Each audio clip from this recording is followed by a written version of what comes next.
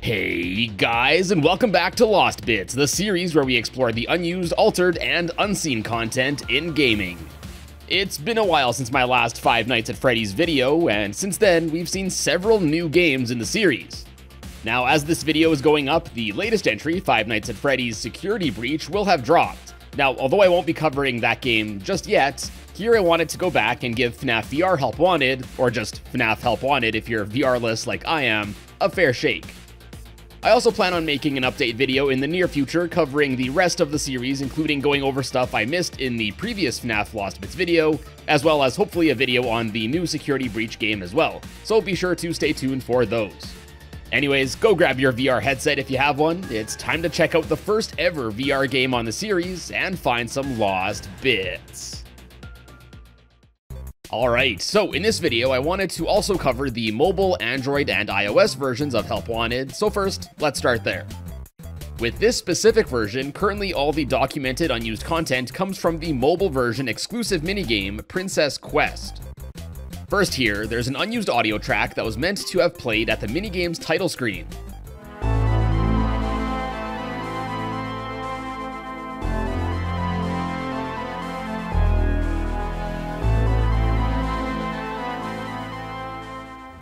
And for those that didn't catch it, this is actually the same melody as the song Through the Cracks from the weird spin-off title Freddy in Space 2.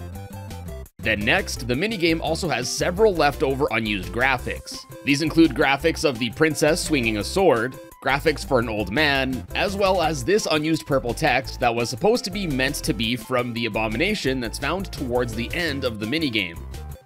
Apparently this text here is supposed to translate to the classic Five Nights at Freddy's proclamation, "It's me."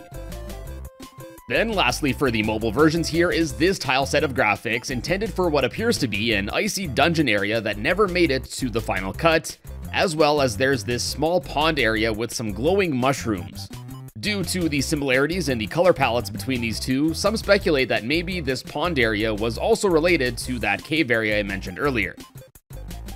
And now, let's switch gears here and talk about the original PC release of Help Wanted.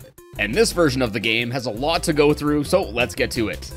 To kick things off, let's go over some unused models, which this game actually has a decent amount of. First up, we got this model of a table. It's an untextured table that goes unused. Not much else to say here. Next up, seen originally in the PAX East demo of the game, there's this unused model of the cupcake still kicking around.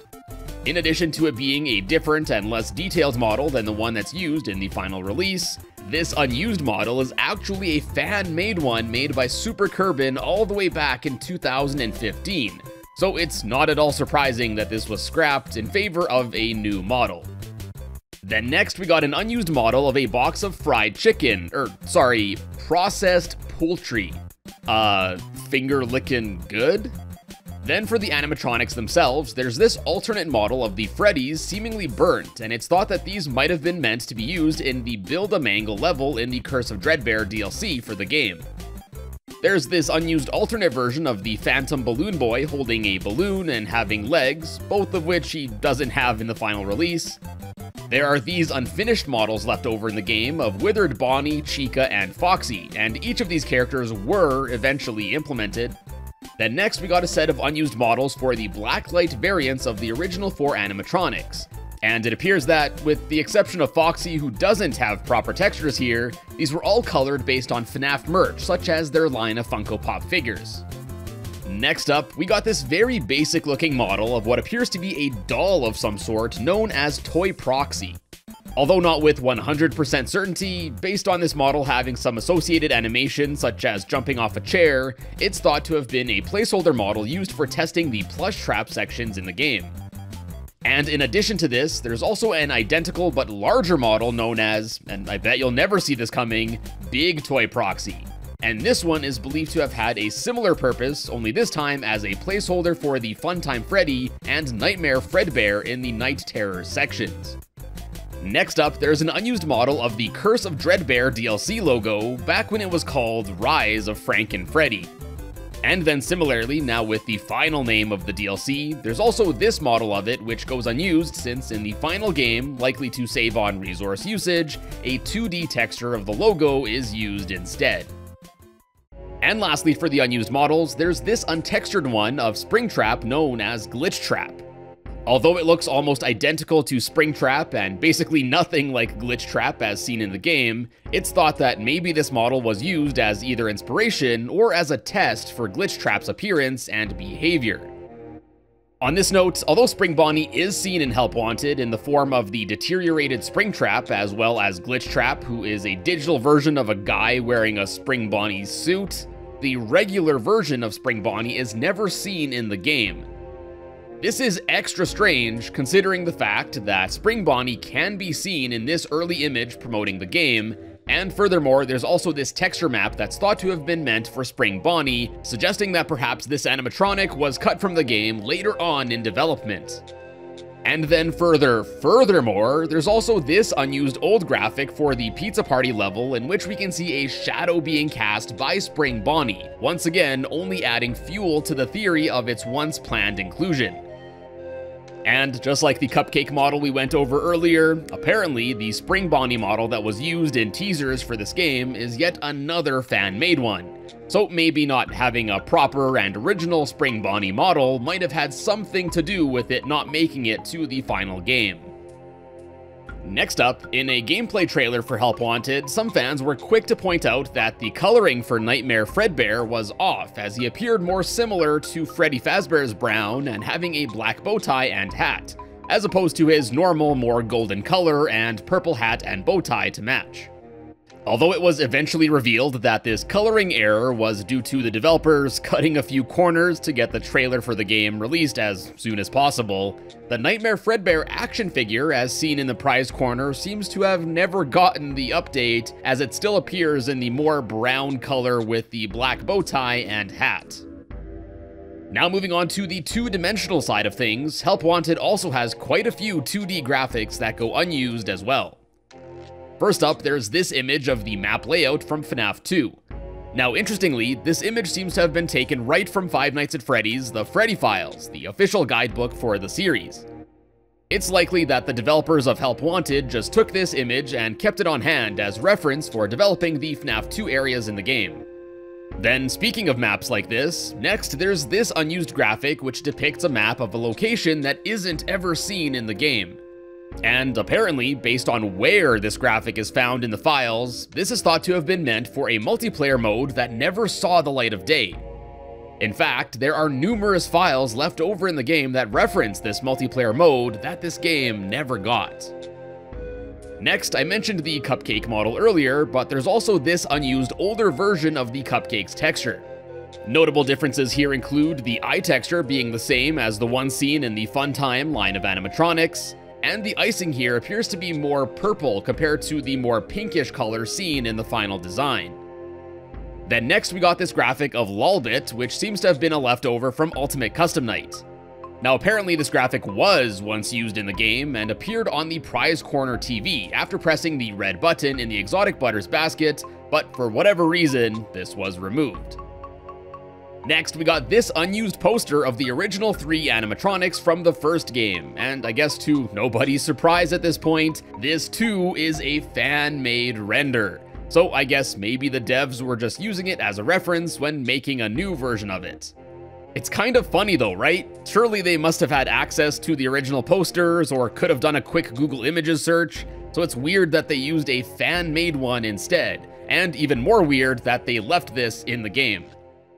Then next we got a pair of graphics that were used to promote the Curse of Dreadbear DLC before it came out, and even now these are still found kicking around. Then we got this logo of Silver Parasol Games, a fictitious game studio that's seen in this game. Now apparently this graphic used to be displayed when booting up the game, but it's believed it was removed as it might have confused some people into thinking that it really was the development studio that made this game, and this obviously would have taken some thunder away from the actual developers, Steel Wool Studios. Then next, there's this early version of one of the frames of the Vampire Helpy animation seen in the previews on the Spooky Mansion screen in the Curse of Dreadbear DLC. Notably here, Vampire Helpy looks less polished and detailed, with less shading, the outlines look pretty unfinished, and some other fine details are lacking, like on the medallion thing here. Then next up, left over unused, are various early versions of many different level icons. In addition to featuring some more fan-made models, a few of these early icons appear to show some of the levels in a much earlier stage in development, and without the final lighting, shadows, or even textures. Additionally, a few of them also appear to have some developer debug text still on screen too. It's a neat little glimpse into what looks to be an earlier point in the game's development. And lastly, for the Fredbear brain surgery segment, the early icon literally just sports a brain chilling in an empty void. It's kinda nasty looking, eh? And then finally, for the unused graphics, next are a whole set that used to be part of a slideshow that could, just like the Lolbit graphic earlier, be seen on the TV in the prize counter after pressing the red button. Now these photos were all taken by Aaron Fector, an engineer most well known for creating the showbiz pizza places in the 80s, as well as the Rockafire Explosion animatronics. Ultimately, these were removed from the game as Scott didn't want players to link these back to Showbiz Pizza, and to A, think that Five Nights at Freddy's was based on them, and B, to not send any negative attention their way. Let's just say he probably made the right call. Interestingly though, instead of outright deleting them, they are still found in the game's files, tucked away in a folder titled Hidden Images. So we went over the unused models earlier, but there are also some unused animations that are found in the game too. First, there are two different animations of Balloon Boy for what looks to be a jump scare animation, one with him smiling and one with his mouth more open. Now these go unused since, just like his original appearance in FNAF 2, Balloon Boy is a good boy and never actually attacks the player. On the flip side though, there's this unused animation of Grim Foxy howling, definitely more creepy than Balloon Boy. And lastly, there's this seemingly early version of an animation which would have had the Freddys quickly zipping down under, presumably, a bed, much like they do in FNAF 4. It's thought that maybe at some point the Freddys were planned to appear in this game's Night Terrors mode, which plays very similar to the 4th FNAF. Now next, let's talk about some text-related stuff here. Firstly, there's unused coding in the game that appears to suggest that the withered version of both Bonnie and Chica were once at least considered to be added into the hallways levels in the Curse of Fredbear DLC. Next, there's this text left over from a seemingly cut mode called Fun with Baby Trap. There's also an associated description for it, and based on it, it appears to have been identical to the Fun with Plush Trap mode, except it would have featured Baby Trap, an animatronic that to this day hasn't been introduced. Perhaps it was a baby version of Plush Trap or something. We've talked about Glitchtrap a bunch this video already, but there's also some unused text in the game that would have dealt with activating Glitchtrap in some way. And then lastly, there's an unused text string that would welcome a user to Saul's debug mode. Now I'm assuming since he's the only Saul credited in the game, this was a debug mode that was made by Saul Aguilar, who is credited as one of the lead game designers and a technical artist. As I make this video, unfortunately, no other remnants of this debug mode have been documented. Then on the note of debug leftovers, there's also some text that can be found outside the player's view that appears to have been left for QA testers. Firstly, as shown in She Says His Boundary Break video here, in the plush baby level in the dark room section, there's this text that can be found. It basically just explains the mode as well as its controls. A similar instance can be found out in this area here, as well as in the Mangle Vent Repair section. This last one in the vent area here is pretty well hidden just outside of normal bounds. This one also features some buttons that look like they would have let the testers quickly move between levels, which would have been a pretty nifty feature, no doubt. Now these are only 3 instances of text like this that I've seen documented, but I have a feeling there might be more of these that are still hiding out in the game somewhere. And last up for this video, there's a whole scrapped Showtime scene that would have had the original cast of animatronics busting out in song on the stage in front of the player in the main hub area.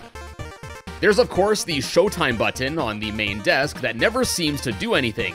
Well, apparently the original plan was for this button to activate this Showtime concert after the player had collected 30 Faz coins. And for those that don't know, found way off out of bounds in the distance here is a hidden button that was meant to end the Showtime concert.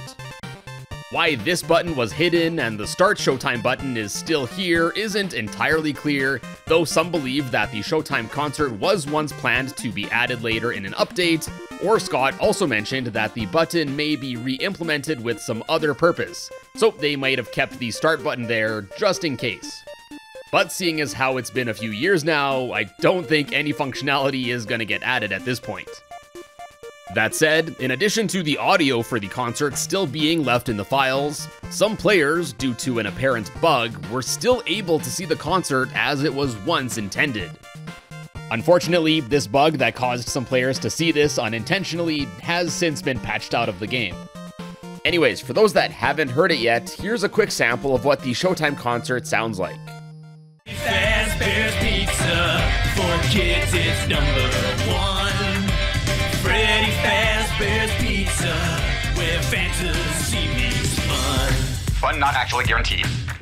Now, apparently the main reason for the removal of this Showtime concert bit is that series creator Scott Cawthon simply felt that he couldn't find the right voice actor for Freddy, and I guess this existing version of it just didn't meet his standards and didn't feel right. It's kinda too bad. Although the song is quite corny, intentional I assume, But keep an eye on your pizza. 'Cause I'm a bird who likes to eat! Nom nom nom nom! it's also kinda catchy, and it would have made for a cool little bonus for collecting enough of those Faz coins. Now, despite the bug being patched out like I mentioned, there are actually still ways of accessing the Showtime concert using a hack tool. As you've been seeing, the full song and animations are all still left in the game, which is pretty sweet. Additionally, when starting up the concert, I actually unlocked a Showtime achievement. Now at first, I thought maybe this concert was actually added to the game and could be seen normally by everyone. But nope, to get this achievement normally, you have to unlock and bring in the action figures of Freddy, Bonnie, and Chica in the prize counter station. So based on me getting the achievement the other way, I'm thinking that was probably the original intended way of getting this achievement. And when the concert was sent to the chopping block, I guess they made a quick change to how to obtain it. Pretty interesting that coding still exists for getting it the other way though. And that about wraps things up for Help Wanted here. Like I mentioned, I'm planning to go back and cover the rest of the FNAF games, including talking about more stuff in the games I covered already, and also hoping to check out Security Breach as well soon. For both, if you're interested, make sure you're subscribed with the bell notifications turned on to find your way back when those are up. And if you enjoyed this video, be sure to check out some of my other Lost Bits videos I've made. And as always, thank you all so much for tuning in today, and I will see you in a bit.